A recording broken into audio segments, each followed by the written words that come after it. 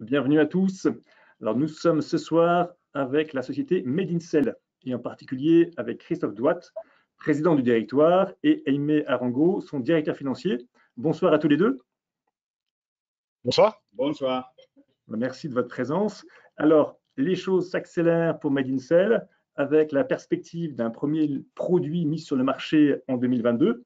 Alors, l'objectif de ce webinaire sera notamment d'en parler, mais aussi de parler plus globalement de votre activité, de votre portefeuille de produits, de votre stratégie, de votre situation financière, également aussi des questions que les participants pourront nous poser par écrit via l'interface de configuration, et moi, je les reposerai à l'oral.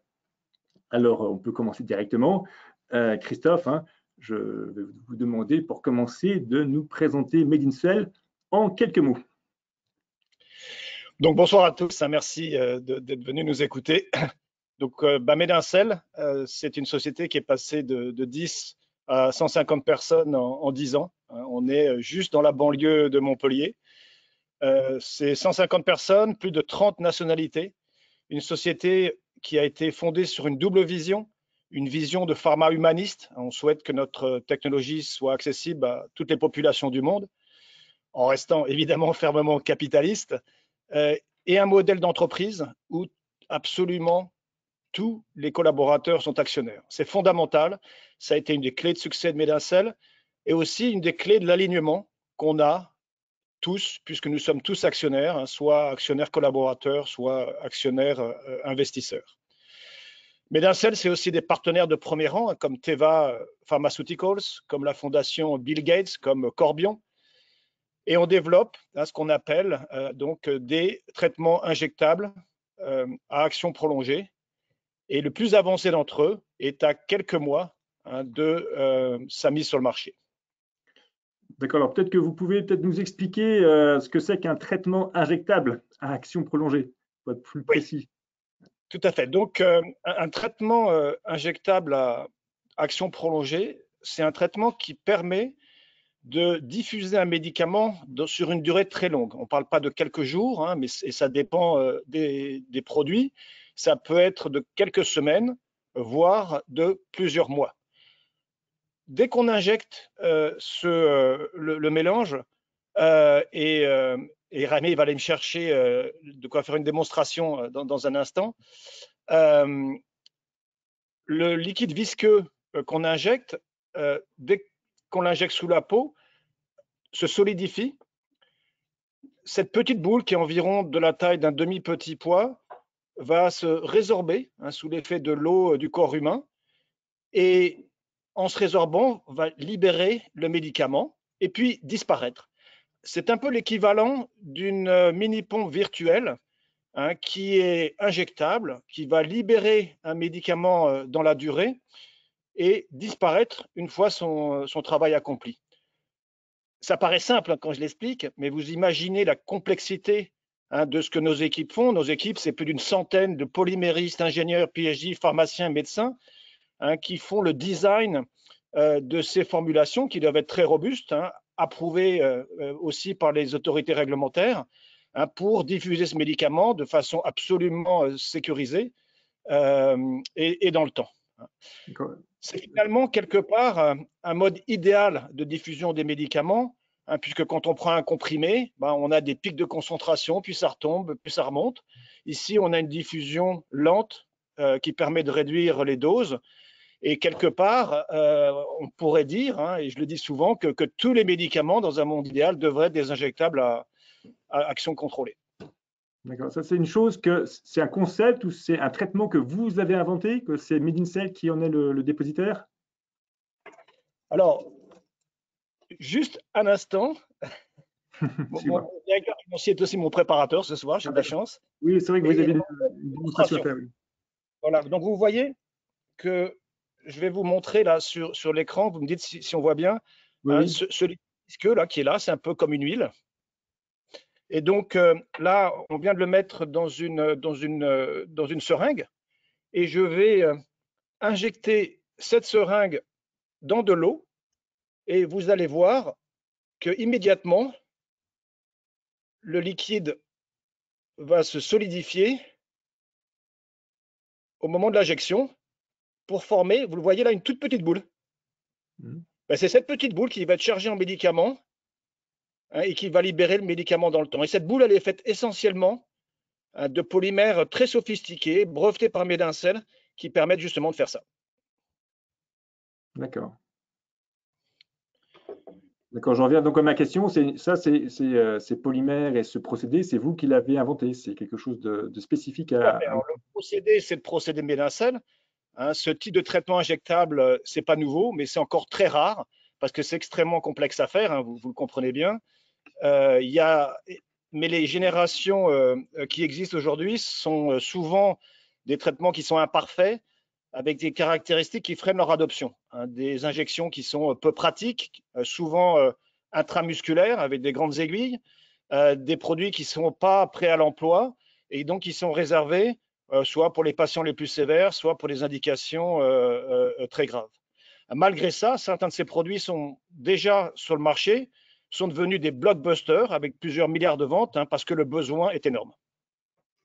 D'accord. Et votre valeur ajoutée, vous, dans ce procédé ou dans ce traitement? Bah, nous, on a une technologie qui est vraiment une technologie de rupture. On en parlera dans la suite de la présentation. C'est vraiment une technologie qui change la donne, qui en quelque sorte démocratise, hein, ce type de technologie, parce que notre technologie, qu'on appelle BIPO, permet de faire cette injection sous la forme d'une injection sous-cutanée, un peu comme les vaccins, hein, qu'on a tous subis ces derniers mois, avec une petite aiguille, hein, à la place d'une injection intramusculaire avec une grosse aiguille, des injections qui sont complexes, qui sont douloureuses. On arrive à faire des produits dans des seringues pré-remplies, donc très simples, hein, ce qui est crucial pour l'adoption à la fois des professionnels mais des patients. Et on a une technologie extrêmement flexible qui permet de s'appliquer à beaucoup de médicaments différents. Hein, ce qui fait que d'ores et déjà, hein, on a probablement le plus gros portefeuille d'injectables à longue action de l'histoire de l'industrie pharmaceutique. D'accord. Et au final, voilà, excusez-moi. Et ça, c'est grâce à la technologie et puis à tous nos collaborateurs, hein, qui développent ces produits. D'accord. Et au final, si on doit lister un peu les avantages de ce type de traitement par rapport à la prise de médicaments de manière plus classique? Oui. Bah, le plus simple à comprendre, c'est ce qu'on appelle dans notre métier l'observance. Hein, l'observance, c'est suivre son traitement. Aujourd'hui, c'est un sujet majeur. Avant la pandémie, c'était le sujet prioritaire, hein, de l'OMS, hein, qui dit même que si on pouvait améliorer l'observance et la prise régulière des traitements, ça aurait beaucoup plus d'impact que même une nouvelle molécule.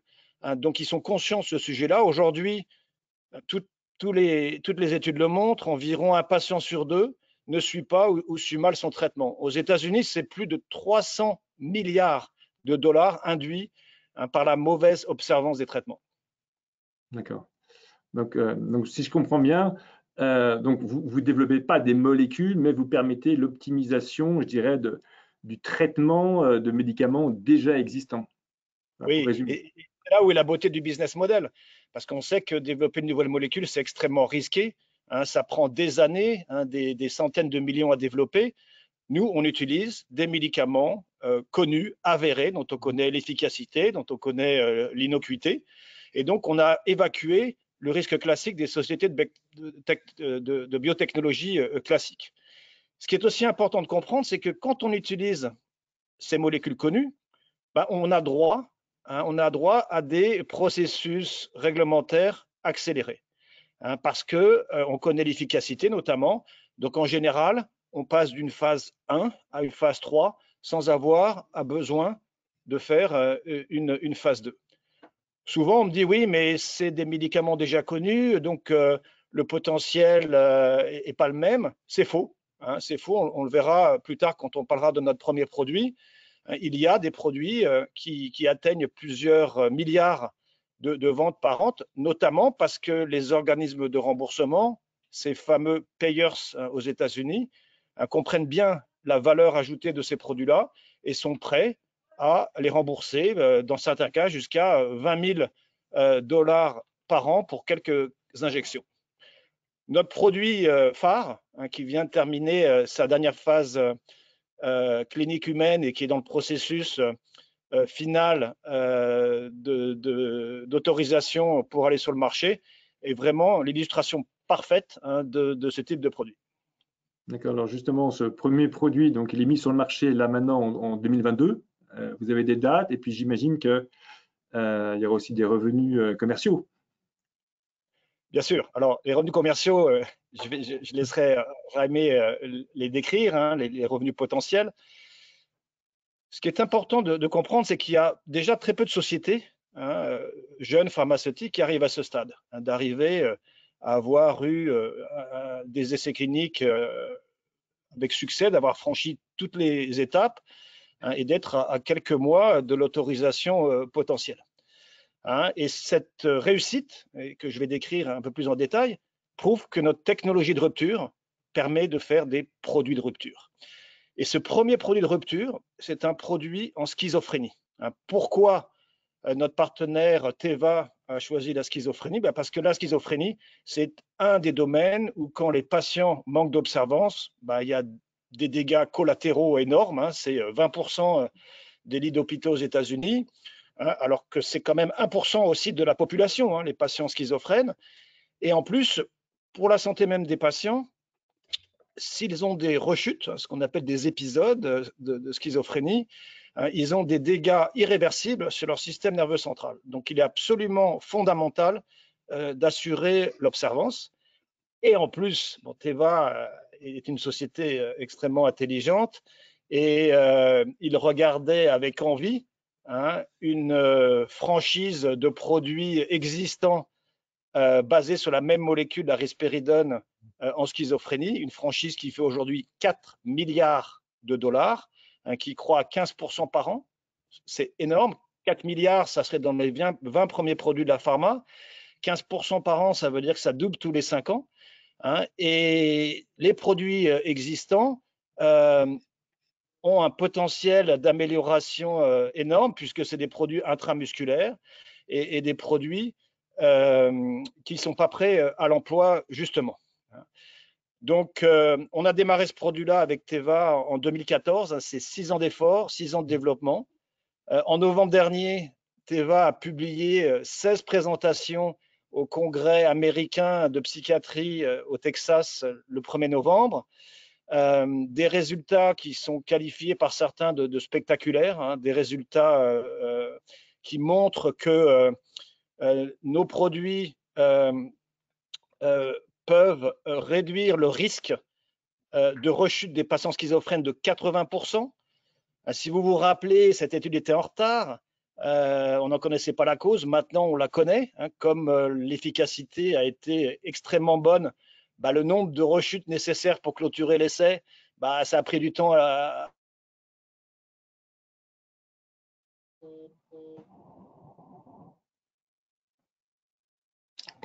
Ah, j'ai l'impression qu'on l'a perdu.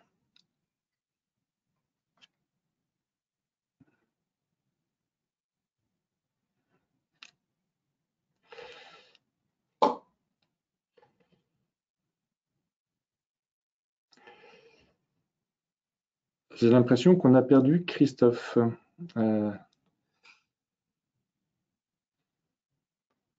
Aimé, vous m'entendez?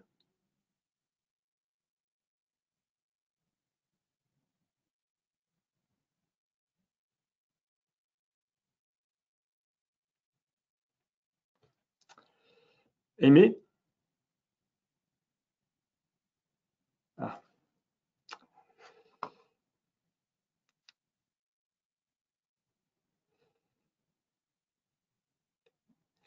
Aimé, je vous entends pas.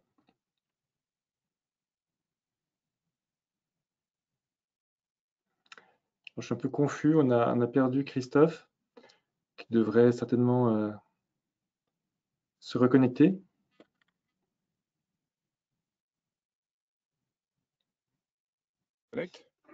Ah, ça y Aimé? est. Oui.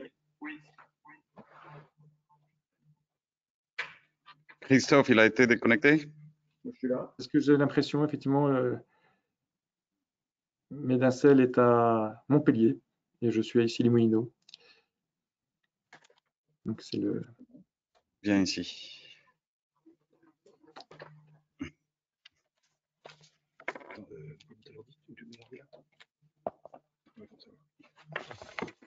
Bon, on va basculer, changer d'ordinateur avec Raimé. Oui, je disais donc les résultats que 90% des patients, quand on leur demande, ont plébiscité le produit et disent qu'ils préfèrent. Ah, ça y est, mon ordinateur a démarré. Je bascule.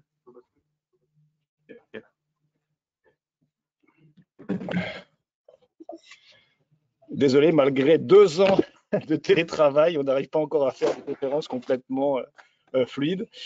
Oui, donc les patients, quand Teva leur demande ce qu'ils pensent des traitements, 90% disent qu'ils ont trouvé le traitement satisfaisant, facile à prendre, hein, et surtout 90%, 92 exactement même, disent qu'ils préfèrent ce traitement à tous les traitements qu'ils ont eus dans le passé. Donc, Kurt Schulz parle de résultats de phase clinique second to none. En français, ça veut dire inégalé. Hein, et dans toutes ces réunions d'analyse depuis 1 an, il parle de ces produits en indiquant aussi qu'il should be by far the preferred product, hein, que ça devrait être de loin le produit préféré des patients. Donc, on est impatient de voir la suite des événements. Le chrono est en marche, hein, puisque on devrait avoir le retour final de la FDA avant fin juin, hein, pour l'autorisation de mise sur le marché. Et donc, ça veut dire que dans la foulée, hein, Teva démarrait la commercialisation. Donc, et on sait que Teva est une société très réputée, hein, pour l'agressivité et la réussite de lancement de produits. Donc, c'est une commercialisation. Donc ça, à quel endroit, sur quelle zone? Aux États-Unis. Hein, aux États-Unis d'abord. Enfin, hein, la collaboration avec Teva est en fait sur 3 produits. Hein, donc, on en a 2 autres antipsychotiques toujours pour la schizophrénie dans le pipe avec eux. D'accord. J'ai plusieurs questions de participants, hein, je voulais poser. Qu'est-ce qui se passe si on décide d'arrêter le traitement, si jamais quelque chose ne se passe pas comme prévu? Quelle est la solution? Alors, c'est une des choses qu'on a étudiées précisément dans nos laboratoires ici, sur des modèles animaux, mais aussi pendant les essais. Et en fait, un des avantages de ces petits dépôts, hein, c'est qu'on a des dépôts semi-solides, et donc qu'il suffit de faire une petite excision, hein, pour l'enlever. Et on a démontré effectivement qu'en l'enlevant, les concentrations dans le sang tombaient très vite. Mais c'est un événement qui devrait être extrêmement rare, hein, puisque on ne met jamais les patients directement sous un injectable. D'abord, on les met sur un traitement oral et après, on bascule sur l'injectable une fois qu'ils sont stables. D'accord. Alors, revenons donc à cette première commercialisation. Quelles sont les prévisions de revenus? Alors là, je vais peut-être laisser Raimé en parler. Raimé? Okay. Merci beaucoup, Christophe. Bon, je vais d'abord vous expliquer la structure de ce partenariat avec Teva, qui est un partenariat un peu classique Biotech Finance, dans le sens où on a 3 produits en développement avec Teva. C'est Teva qui a payé Medincell pour développer la formulation de ces 3 produits. C'est Teva qui finance les phases précliniques, cliniques, et qui va assurer la commercialisation de ces produits. Donc, à part la formulation, Teva paye à Medincell de ce qu'on appelle des milestones, des franchissements d'étapes, entre le développement et la commercialisation, qui peuvent atteindre jusqu'à 122 millions de dollars par produit. Donc, les 3 produits combinés que nous avons avec Teva, le total de milestones peut atteindre jusqu'à 366 millions de dollars. Le split entre les milestones de développement et commerciaux, si on prend l'exemple du produit MDC-IRM, qui va avoir sa commercialisation cette année, pour lui, on a déjà reçu plus de 10 millions de dollars de milestones de développement. Le prochain milestone qu'on attend, c'est à l'approbation de mise sur le marché par la FDA. On va toucher 4 millions de dollars et ensuite, on va commencer à toucher ces milestones commerciaux qui vont dépendre de Teva, selon Teva, qu'ils atteignent un certain niveau de vente par an. Mais à part ça, nous allons aussi toucher des royalties, un pourcentage de vente qui va être généré par Teva, et ce, depuis le premier produit qui sera vendu. Donc, il ne faut pas attendre à ce que Teva fasse un minimum de vente, mais de la première boîte vendue, on va toucher ces royalties. Le pourcentage, c'est ce qu'on dit en anglais mid to high single digit, donc quelque part entre 5 et 9%. Je ne peux pas en vous dire plus, mais c'est une étape majeure pour Medincell puisque chaque trimestre, à partir de cette année, si le produit est lancé cette année, chaque trimestre, nous allons toucher ces royalties qui vont aller crescendo en augmentation d'un trimestre sur l'autre au fur et à mesure que Teva va gagner de parts de marché, notamment aux États-Unis. Et ce qui nous conforte aussi dans les prévisions, je ne peux pas vous donner des prévisions de vente de ce produit, mais les résultats de la phase 3 étaient très positifs. Mais ce qui nous assure, ce n'est pas la qualité du produit, mais aussi la force de vente de Teva et la connaissance de Teva et le pouvoir de Teva de pouvoir commercialiser de nouveaux produits de spécialité. Notamment, le dernier exemple, c'est un produit qui sont lancés fin 2017 qui s'appelle Ospedo. Difficile de comparer d'un marché à l'autre, mais 4 ans plus tard, c'est un produit qui fait 200 millions de dollars par trimestre. Les 12 derniers mois, ce produit, il a fait plus de 700 millions de dollars. Donc, on est aussi confiant et on croit que c'est Teva le partenaire idéal pour la commercialisation de ce produit MDC-IRM. D'accord. On va peut-être avancer aussi sur d'autres produits en développement, si vous avez un portefeuille en préparation. Oui, tout à fait. Et alors, ce qui est d'autant plus intéressant avec cette phase clinique, cette dernière phase clinique réussie, c'est que la technologie sous-jacente BIPO, c'est la même technologie que dans tous nos produits, et que ça la valide. Ça valide et évidemment, ça valide le reste de notre pipe de produits. Ce premier produit, c'est vraiment le haut de l'iceberg. Le haut de l'iceberg, derrière, il y a une vague de produits là, qui commence à prendre forme. Je ne dis pas encore de tsunami, un jour peut-être, mais une belle vague en tout cas, puisqu'on a déjà 2 produits qui vont eux aussi entrer dans cette phase clinique qu'on appelle les phases 3. Et ça devrait être annoncé, je l'espère, dans les mois qui viennent. Et derrière ces 2 produits, on a 6 autres programmes qui sont aussi en développement réglementaire. Et ça veut dire que ces programmes-là, nos équipes ont déjà fait le design de la formulation. Ça prend à peu près 1 an et demi, 2 ans, parce que c'est complexe. Ça veut dire qu'ils les ont testés, qu'ils sont assurés qu'on arrivait bien à libérer le médicament de la façon souhaitée et sur la durée choisie, et qu'on avait optimisé cette formulation. Une fois que c'est fait, on passe en développement réglementaire, dans des développements précliniques et cliniques très régulés. Et c'est là, à ce stade, où sont ces 6 produits. Ce qui est intéressant, c'est que derrière ces 3 plus 6, ça fait 9, si je ne me trompe pas. Ramé, c'est ça? Et derrière ces 9 produits, il y a une 3e vague là, qui est en train de se constituer parce que quand on a un produit en phase 3, une technologie validée, évidemment, on attise l'appétit de beaucoup de partenaires potentiels et on assiste à une véritable accélération de nos discussions avec ces partenaires. Ça fait 10 ans qu'on attend ça et je peux vous dire qu'on serait préparé pour vraiment l'optimiser et en tirer le maximum. Donc, on a de fortes ambitions d'accroissement de notre portefeuille et on pense qu'on va pouvoir le doubler dans les petites années qui viennent. D'accord, donc j'imagine que vous êtes démarché de plus en plus par des producteurs de médicaments qui veulent optimiser leur développement. Bien sûr, encore contacté ce week-end. J'ai été contacté ce week-end par le CEO d'une pharma européenne avec qui, 3 jours après, on a eu un call cet après-midi et qui veut élargir son portefeuille et développer des produits avec nous. D'accord. Alors, il y a en 2020, je crois, on parlait de vous sur le Covid. Vous aviez fait quelques annonces. Oui, Est-ce que vous avez quelques éléments là-dessus? Ce programme avance bien. C'est un programme qu'on appelle MDC TTG. Et on avait annoncé qu'on démarrerait une phase 2, cette fois-ci d'efficacité orale, pour valider l'efficacité en prévention contre le Covid de ce produit.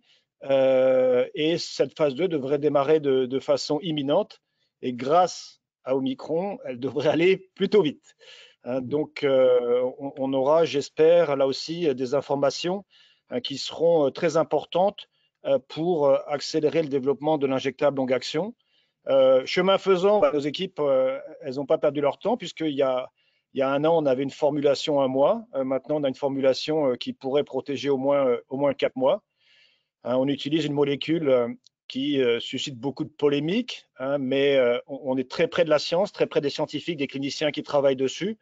Et on étudie en continu le corpus de preuves en prophylaxie qui continue à s'étoffer, ainsi que le rationnel scientifique. On travaille avec des gens extrêmement pointus dans ce domaine-là. Chemin faisant, on sait que cette solution pourrait être complémentaire au vaccin pour protéger de l'infection, et notamment les populations les plus à risque, les immunosupprimés, dont on sait qu'aujourd'hui, ils sont dans des situations fragiles. Il y a eu 6 présidents d'associations d'immunosupprimés qui sont allés voir Emmanuel Macron il y a 1 mois en parlant d'hécatombe potentielle. Donc, on avance et on avance bien. J'ai plusieurs questions à propos de risques. Alors, une des premières, notamment, c'était de dire, en cas d'une réponse négative de la FDA, est-ce que vous avez un plan B ou plan C si jamais la commercialisation devait être repoussée ou avoir un refus? Tout à fait. OK. Donc, je peux parler de moi, mais à la base, je suis un ingénieur. J'étais capital risqueur avant. Donc, j'ai toujours été baigné dans ma vie à essayer d'anticiper les risques et à les pallier de la meilleure façon possible. Je connais, comme j'étais capital risqueur, je connais bien les écueils des sociétés, des jeunes sociétés biotech, et notamment la difficulté que certaines peuvent avoir. Il y a eu des échecs dont on a parlé en France il y a quelques années, pour passer du stade de recherche au stade clinique et au stade de lot de fabrication sous normes pharmaceutiques, industrielles, commerciales. Donc, pour pallier ce risque, il y a très tôt dans la vie de la société, on a noué une collaboration très forte avec le numéro 1 mondial des polymères biocompatibles, biorésorbables, qui s'appelle Corbion. C'est Billion Dollar Company sur Euronext. Cette alliance s'est transformée en une joint venture 50-50 en dur. Et c'est Corbion donc, qui travaille pour cette joint venture et qui a construit une deuxième ligne de production pour assurer la sécurité de fourniture à nos partenaires, et qui nous a permis de travailler depuis des années maintenant avec des lots de polymères, ces fameux lots magiques, ces polymères magiques de Medincell, qui nous a permis de travailler dès les étapes de recherche avec des polymères qui sont en conditions qualité quasi pharmaceutique. Ça, c'est essentiel. Ça a été un argument essentiel pour convaincre les Teva et la fondation Bill Gates de travailler avec nous. Et aujourd'hui, on peut déjà produire des lots qui peuvent être l'équivalent de 1 million de doses, donc avec Corbion. D'accord. Donc, évidemment, là, vous avez cité Bill Gates. Il y a quelques questions. Est-ce que vous pouvez en dire un tout petit peu plus sur les applications pratiques ou la concrétisation de ce que vous faites avec eux? D'accord. Donc, j'ai expliqué tout à l'heure que Medincell, dès sa fondation à 10 ans, avait les caractéristiques de ce qu'on appelle aujourd'hui une société à impact, société à mission. On l'a même écrit dans nos statuts.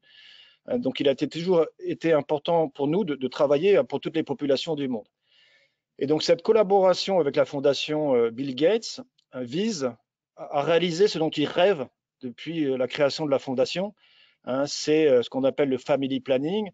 Et donc, c'est de faire un excellent produit de contraception injectable qui dure 6 mois, auto-injectable, biorésorbable, avec les molécules de nouvelle génération qui ont beaucoup moins d'effets secondaires que les précédentes. Hein. Jusqu'à maintenant, ils avaient eu beaucoup d'échecs. Ils nous ont octroyé une enveloppe de subvention de 23 millions de dollars pour amener ce produit dans les essais cliniques. Hein, et on avance bien puisque ce produit est rentré déjà en développement réglementaire. Et ce qui est très intéressant, hein, c'est que évidemment la fondation a les droits de la technologie pour les applications humanitaires, hein, mais dans le deal, Medincell garde tout le potentiel commercial à travers le monde de ce produit-là, hein, qui devrait être un produit de rupture dans le domaine et aider des millions, voire des centaines de millions de femmes donc à contrôler leur fertilité de la façon la moins toxique possible. D'accord. Alors, on va peut-être aborder aussi un petit peu maintenant votre situation financière. Voilà, j'ai pas mal de questions, mais globalement, qu'est-ce que vous pouvez dire déjà sur votre situation financière, votre horizon financier et votre stratégie en la matière? Absolument. Donc, en décembre dernier, on a publié nos résultats financiers. Ce sont les derniers résultats publics. Et on montrait que à fin septembre, notre année fiscale s'arrête au 31 mars. Et donc, pour les 6 premiers mois, au 31 septembre, on comptait sur plus de 37 millions d'euros en cash équivalent et placements non risqués. Donc, une situation de cash assez confortable, de trésorerie confortable, et qui nous donne, avec Christophe, on aime bien travailler dans différents scénarios. Et disons que dans un scénario de base, peut-être conservateur de fois, on a une visibilité qui peut nous amener jusqu'à l'été 2023. Donc, il y a plusieurs facteurs qui vont affecter cette visibilité de cash, notamment qui pourraient l'agrandir. Vous avez bien compris sur ce premier programme NDC-IRM qui devrait être lancé en 2022, plus ce produit va pénétrer sur le marché aux États-Unis et plus vite il va prendre part de marché, plus de revenus nous allons toucher. Donc, ça pourrait nous élargir la visibilité financière. Mais il y a aussi d'autres facteurs. Aujourd'hui, la société Medincell, on a 41,5 millions d'euros de dettes, composées principalement par 13,7 millions d'euros sous forme de PGE qu'on a obtenu en 2020, qu'on va devoir commencer à payer cette année pour les 4 prochaines années, à partir de mai. Donc, c'est un cash burn de 3,5 millions d'euros par an. Et puis, il y a 4 ans, nous avons signé un contrat avec la Banque européenne d'investissement pour un montant total de 20 millions d'euros. Première réponse importante de ce prêt, ce sera en juin 2023. On devra payer 9,5 millions d'euros. Deuxième échéance en juillet 2024, 9 millions d'euros. Donc aujourd'hui, en stratège que nous sommes et avec les challenges que nous aimerions bien relever, c'est nous travaillons très activement sur des solutions, déjà pour nous assurer d'une visibilité de cash qui nous amènerait au-delà de l'été 2023 en restructurant la dette, en ayant d'autres instruments financiers non dilutifs, avec un potentiel, et c'est l'un des scénarios que nous regardons très activement avec Christophe, c'est de ne plus faire d'augmentation de capital, toute chose étant égale par ailleurs. Là, je vois le petit sourire de Christophe, on est tous actionnaires de l'entreprise, la dilution, c'est quelque chose qui nous concerne, et nous faisons très attention à ça, et c'est un scénario possible sur lequel nous travaillons aujourd'hui, avec aussi cette visibilité pour revenir à l'équilibre financier dans les années qui viennent. Alors, deux questions qui sont plutôt relatives au cours de bourse. Alors, premièrement, quel regard avez-vous sur l'évolution du cours de bourse depuis un an? Et deuxième question que vous pourrez traiter dans la suite, hein, c'est quel est, en cas de succès d'un ou de deux produits que vous lancez, donc, quelle serait l'évolution possible ou la valorisation raisonnable de la société? Voilà, si on peut essayer de faire des projections. Je vais parler un petit peu du premier point, puis après je laisserai Raimé parler du deuxième, parce que sinon je vais me faire taper sur les doigts. Bon, sur le premier point, on a vécu, hein, comme toutes les sociétés biotechnologiques et même toutes les sociétés industrielles dans le monde, des soubresauts violents cette année, hein, notamment du secteur biotech, comme beaucoup d'investisseurs en sont sortis au printemps pour aller dans tous les secteurs qui redémarraient. Et récemment, on subit aussi les soubresauts du Nasdaq, les velléités de la Fed d'augmenter les taux d'intérêt, etc., etc. Ce contexte, on ne peut pas le maîtriser. Par contre, je sais une chose, c'est que dans ces situations-là, il faut tenir le cap et continuer à exécuter. Et c'est ce que les équipes font. On a démontré qu'on savait exécuter depuis notre introduction en bourse.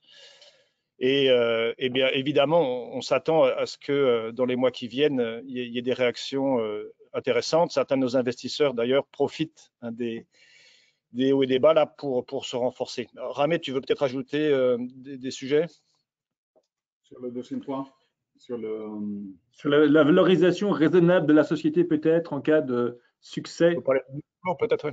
Ouais, je ne peux pas vous donner chiffres spécifiques sur la valorisation. Nous avons un target de cours de bourse donné par les analystes aujourd'hui, mais surtout ce qu'il faut regarder, c'est le news flow très positif que nous attendons dans les mois qui viennent. D'une part, avec l'approbation donnée sur le marché, sur le premier produit avec Teva, on aura dans les prochains mois 2 produits qui pourraient passer en phase 3. Un avec Teva, l'autre avec notre partenaire AIC, et Christophe pourra en parler tout à l'heure. Et puis notre portefeuille, comme le disait Christophe, nos produits propres qui continuent d'avancer d'une phase réglementaire et pourraient passer à la clinique dans les 18 mois qui viennent. Et Raimé, quelles sont les valorisations aujourd'hui de ces analystes et quels sont dans leurs calculs, les triggers les plus importants qui peuvent augmenter la valeur? Ça, je pense qu'on peut en parler. Oui. On a en moyenne un target de cours de bourse entre 15 et 18, ça dépend des analystes, versus aujourd'hui, on a finalisé la journée à 8,5, donc c'est presque le double qu'aujourd'hui. Les sauts de création de valeur très importants, ça va être notamment les débuts de phase 3, c'est ce que moi, personnellement, je m'attends, puisque en passant d'une phase 1 à une phase 2 à une phase 3, on augmente considérablement la probabilité de succès de chacun de ces produits. Et aussi, dans le futur, ce sera comme on appelle en anglais, le ramp-up, la prise de part de marché de ce premier produit par Teva avec les revenus qui vont venir s'ajouter. Alors, il y a quelques questions un peu Alors, quand on parle de Teva, on parle bien de Teva Pharmaceutical aux États-Unis, hein, on est bien d'accord. Okay. Prévoyez-vous des applications pour le traitement en oncologie? Alors, notre technologie a quasiment des applications dans toutes les indications. Hein. Après, ce qu'il faut, et c'est ce que nos équipes évaluent pour chaque programme potentiel, hein, il y a des études très poussées qui s'assurent que la valeur qu'on amène par un injectable longue action aura des remboursements potentiels suffisants, en tout cas de beaux remboursements pour justifier le développement du produit et pour en faire des vraies sources de profit. Et on vérifie toujours la compatibilité de la technologie avec les molécules qui sont toutes différentes. Hein. Ce n'est pas une formulation ou des polymères qui marchent pour chaque molécule. Donc, chaque molécule nécessite un mix et des polymères différents. Et c'est ça qu'on optimise. L'oncologie, oui, c'est forcément un secteur qui nous intéresse. Hein, et d'ailleurs, on a des collaborations académiques sur ce sujet-là. Voilà, mais je ne peux pas en dire plus à ce stade. D'accord. Alors, vous avez évoqué le projet avec AIC. Oui. Plusieurs questions qui demandent d'en savoir un peu plus. OK. Donc, AIC, il y a eu un peu de retard là, sur le démarrage de la phase 3. Pour expliquer aux gens qui ne connaissent pas ce programme comme d'autres, je vais passer 2 minutes à expliquer ce que c'est. Quand on a un injectable longue action, on a 3 valeurs potentielles qui permettent justement d'en extraire de la valeur financière et d'avoir un impact.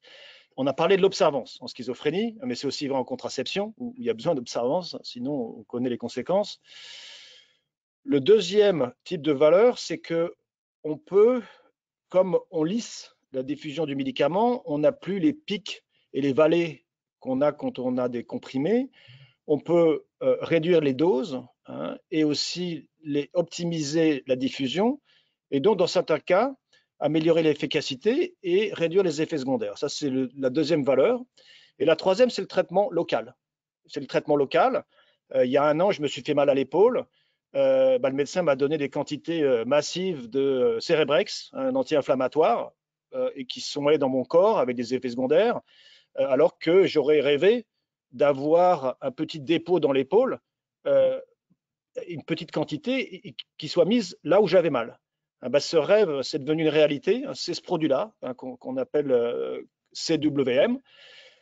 Et c'est un produit qui est une véritable rupture dans le traitement de la douleur post-opératoire. Un sujet majeur avant la pandémie, c'est la prise d'opioïdes de prescription qui était la priorité de la FDA et du gouvernement américain, parce qu'il y a beaucoup de décès et d'abus.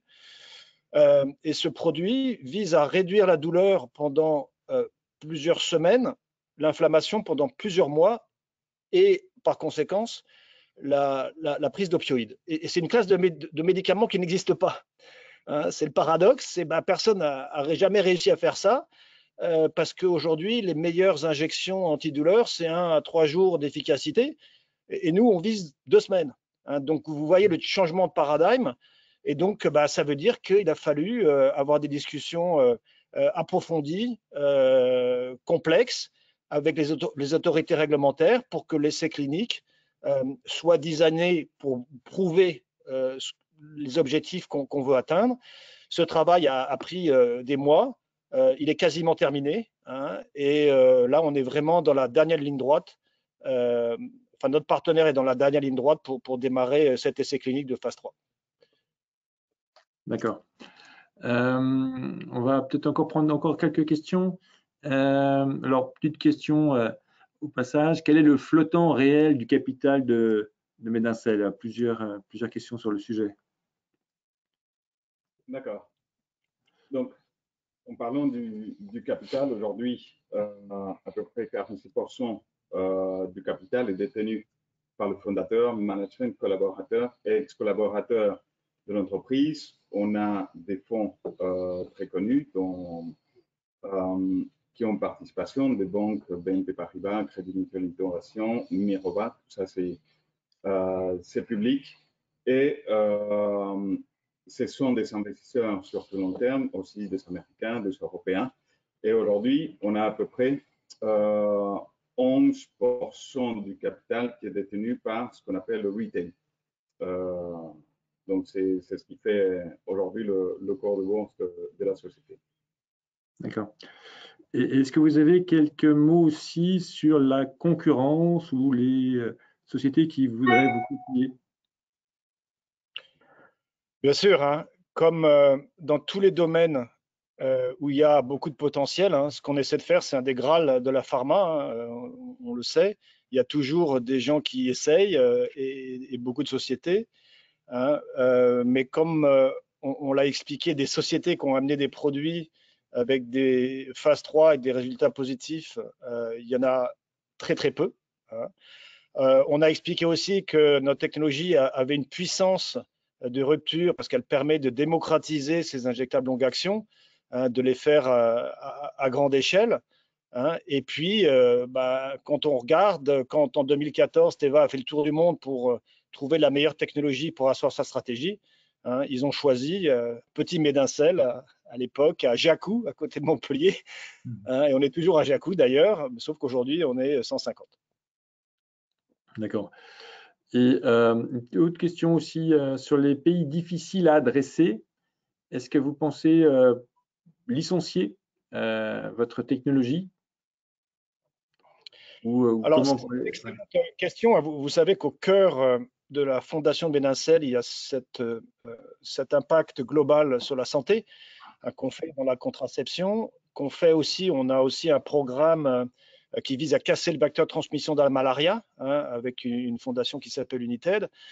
Mais le troisième levier, et peut-être le plus important au final, c'est d'assurer l'accessibilité. Alors quand la commercialisation est décidée par notre partenaire, on a quelques leviers, mais ils sont assez restreints. Dans nos accords contractuels avec Teva, on a mis quelques incitations à ce que ça soit déployé dans beaucoup de pays dans le monde. Et puis après, il faut aussi convaincre et s'assurer que nos partenaires aient cette même velléité. Et dans le cas de Teva, ce qui est extrêmement intéressant, c'est que sous l'égide de leur nouveau CEO, là, ils viennent de lever 5 milliards d'obligations avec des objectifs clairs, affichés, d'accessibilité dans le monde, d'accroître l'accessibilité de leurs produits pour toutes les populations du monde. Donc ça, c'est du côté commercial. Et si en fait, Medincell est basé sur une stratégie, sur un modèle, sur une technologie qui sont cohérents. On a vraiment, à la fondation de la société, on s'est vraiment assuré de l'alignement, de la cohérence de tout ce qu'on faisait. Et si on a affiché cette ambition, c'est que notre technologie a aussi des coûts de production qui sont très bas, et qui permettent justement de pouvoir adresser des marchés mondiaux en se déplaçant dans ce que les économistes appellent les courbes de price elasticity. Donc, c'est plus on a des volumes importants, plus on peut baisser les prix en gardant les mêmes profits, voire en les augmentant. Et ça, c'est vraiment à la base de la stratégie de Medincell. Et c'est là que nous voulons vraiment aller. D'accord. Et j'avais aussi pas mal de questions ou d'interrogations sur, vous avez beaucoup parlé de Teva aux États-Unis, de la FDA. En France, voilà, en France, sur vos études en France, sur les perspectives spécifiquement sur la France. Alors, pour le moment, la priorité de Teva, ça a été les États-Unis. Toutes les pharmas font ça. D'abord parce que le développement clinique coûte moins cher qu'en Europe. D'ailleurs, c'est une leçon que l'Europe devrait regarder parce que ça réduit l'accès de certains médicaments en Europe. Et puis aussi parce que quand on vend un médicament dans le monde, en général, en moyenne, 70% des profits sont faits aux États-Unis. Donc, c'est pour ça que Teva a concentré tous ses efforts sur l'approbation américaine, et puis évidemment, par ricochet, sur tous les pays, toutes les zones géographiques qui acceptent l'approbation américaine. Donc, on ne peut pas dévoiler le reste de leur stratégie dans le monde, et notamment en Europe à ce stade. D'accord. Je pense qu'on a à peu près fait le tour des questions. Peut-être une dernière, un peu plus technique. Donc, vous parlez il y avait un nouveau produit, MDC-GRT, devait démarrer ses essais cliniques de phase 1. Si aucun partenaire n'est trouvé, peut-on imaginer que Medincell poursuive les développements cliniques seul sur ce produit? Il y a vraiment des questions excellentes ce soir, et celle-là est souvent au cœur de nos réflexions de la stratégie. Aujourd'hui, Medincell est basé sur un modèle de business, de technologie de plateforme, pour démultiplier les produits, pour avoir le plus d'impact sur la santé dans le monde, et travailler avec plus de partenaires. Il est évident qu'un jour ou l'autre, Medincell pourrait développer ses propres produits. On a commencé grâce à l'argent qu'on a levé à l'introduction en bourse, donc en octobre 2018, puis les 2 augmentations de capital successives, et grâce aussi à l'aide de la Banque européenne, à développer des produits et à financer leurs premières étapes de développement réglementaire, premières étapes cliniques. Donc certains des produits comme GRT là, sont dans ce cas-là. Le principal après, c'est de s'assurer que le produit arrive à la commercialisation. Aujourd'hui, il est trop tôt pour dire quel chemin on suivra. Si on le suit pour certains de ces produits, ça sera forcément des produits qui ont des bases de prescription limitées, parce que la commercialisation d'un médicament, ça coûte très cher. Hein, et Medincell n'a pas, en tout cas aujourd'hui, les moyens et les forces de vente commerciales d'un Teva ou d'autres géants de la pharma. Mais il y a certains produits qui pourraient avoir des bases de prescription suffisamment réduites pour qu'un jour, Medincell, si on pensait que c'est dans l'intérêt de tous nos actionnaires, les amener aux étapes finales de développement, voire de commercialisation. D'accord. Alors, peut-être une dernière question, mais je pense que vous avez bien répondu, mais c'est peut-être pour que les jeux soient bien clairs. Hein. La question est celle-là. Peut-on éviter l'augmentation de capital si la FDA donne son accord à Teva cette année? Je crois que Raimé en a parlé. Je pense qu'on va lui redonner la parole et pour qu'il explique la pression sous laquelle il est. Il est évident, et Raimé l'a expliqué, qu'on travaille, mais de façon significative sur des scénarios qui nous permettraient d'éviter une augmentation de capital. On a la chance d'être à la veille d'une commercialisation. Hein, on a plusieurs leviers potentiels. On a beaucoup d'expertise financière dans la société. Je vous rappelle qu'on a développé Medincell quand même jusqu'à la reduction en bourse sans jamais être dilué. Hein, donc on s'est fait tous un peu diluer depuis 4 ans et qu'on a tous hâte de revenir à un stade où il n'y aura jamais plus de dilution. Et on pense qu'il y a des scénarios aujourd'hui sur lesquels ça pourrait se passer. Hein, et je peux vous dire qu'on y travaille activement, voire quotidiennement, Raimé. D'accord. Voilà, donc ce webinaire touche un peu à sa fin. Alors, déjà, bien sûr, on va suivre avec attention hein, vos développements. On va pouvoir bien sûr le suivre en particulier sur EasyBourse, hein, où on peut bien sûr négocier votre action et suivre l'actualité avec des interviews, des documents. Ce webinaire sera en replay, notamment sur EasyBourse. Et je vais vous donner le mot de la fin voilà, pour clôturer cette session d'aujourd'hui. Tout d'abord, merci en tout cas pour votre présence. Merci pour vos questions. On aime rester très proche de nos actionnaires. On l'a toujours été. La pandémie a un peu freiné la façon dont on le faisait avant, mais dès qu'on pourra, on fera aussi des choses live. J'espère que vous avez compris la puissance de ce qu'on construit. Chacun de nos programmes a le potentiel pourrait justifier à lui tout seul une société biotechnologique indépendante. Chacun de nos programmes. Donc le premier est à la veille d'une commercialisation potentielle. Il pourrait, il devrait nous amener dans des zones de profitabilité financière. Et tous les autres derrière, c'est la vague dont je parlais, vont s'empiler. L'objectif, il est double ici. L'objectif, il est, d'accélérer l'impact qu'on aura dans la santé dans le monde, parce que c'est notre devoir. Et deuxièmement, de transformer Medincell en une véritable machine à cash. Et tout ça en associant nos actionnaires, quels qu'ils soient, qu'ils soient employés, qu'ils soient institutionnels, qu'ils soient des petits actionnaires qui nous ont fait confiance, de tous les associer à notre succès. J'ai toujours pensé que Medincell pourrait un jour arriver au CAC 40. Mais maintenant, c'est à nous d'exécuter. Très bien. Écoutez, merci pour ces explications très claires et bonne soirée à tous et merci encore à vous. Merci. Très bonne soirée.